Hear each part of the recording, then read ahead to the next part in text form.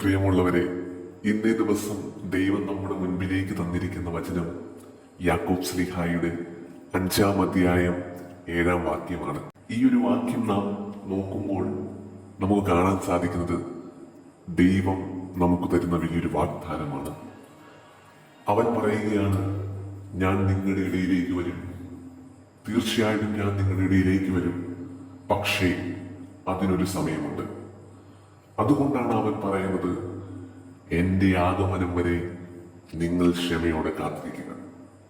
പ്രിയമുള്ളവരെ, നമ്മുടെ ഇടയിലും പലരും ദൈവത്തിൻ്റെ ഈ വചനം മനസ്സിലാക്കാതെ ചെറിയ ചെറിയ ദുഃഖങ്ങൾ ഉണ്ടാകുമ്പോൾ, ചെറിയ ചെറിയ സങ്കടങ്ങൾ ഉണ്ടാകുമ്പോൾ ദൈവത്തിൽ നിന്നകന്ന് മറ്റ് സ്വാർത്ഥ ലാഭത്തിലേക്ക് പോകുന്നു.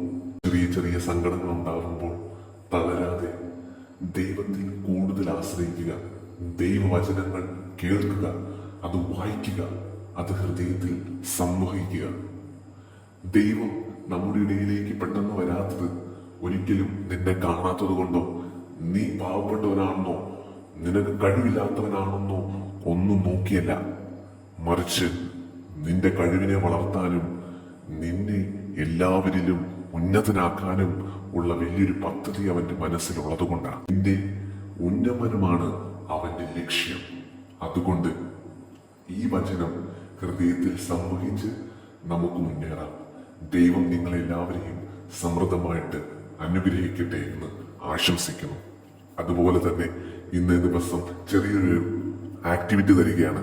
നാം എല്ലാ ദിവസവും ചെറിയ ചെറിയ ആക്ടിവിറ്റി വചനം കേട്ടതിന് ശേഷം കൊടുക്കുന്നതായിരിക്കും.